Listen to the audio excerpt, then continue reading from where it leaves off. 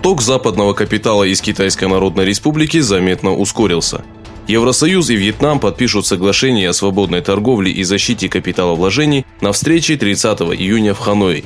Переговоры между Евросоюзом и Вьетнамом относительно торговли и инвестиций начались в 2012 и завершились в 2015 году. Вьетнам будет поставлять в Европу средства коммуникации, одежду и продукты питания. В свою очередь, из Евросоюза во Вьетнам будут поставлять станки, автомобили, химические и сельскохозяйственные продукты.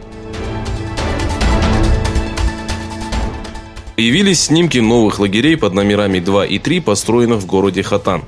По сообщениям Туркестан Пресс, лагеря расположены в 20 километрах от центра города между поселками Хан-Ирки, Йени-Ават и Йени-Эрик.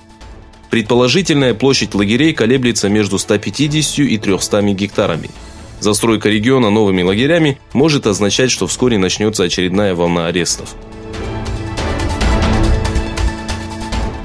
Президент США Дональд Трамп сообщил, что введет дополнительные санкции, если торговый кризис между Америкой и Поднебесной не будет решен на встрече с Си Цзиньпинем. Находящийся на саммите двадцатки в Японии, Трамп во время своей речи затронул торговый кризис. «Если не удастся достигнуть соглашения, то я введу очередные санкции», – сказал президент США. Дональд Трамп заявил, что в случае военного конфликта не собирается направлять американских солдат в Иран. «Если что-то пойдет не так, нам не потребуется много времени, так как мы находимся в очень выгодной позиции», – подчеркнул Трамп. В ответ на угрозы президента США, министр иностранных дел Ирана Джавад Зариф заявил, что США не располагает такой силой. Напомнив, что Иран готов дать отпор своим врагам, Зариф призвал правительство США к исполнению соглашений ООН.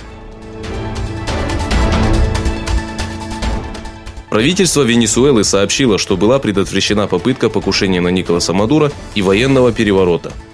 Власти заявили, что за этим стоят США, Чили и Колумбия. Ранее военные, признавшие Хуана Гуайдо президентом страны, пытались свергнуть Мадуро и захватить власть.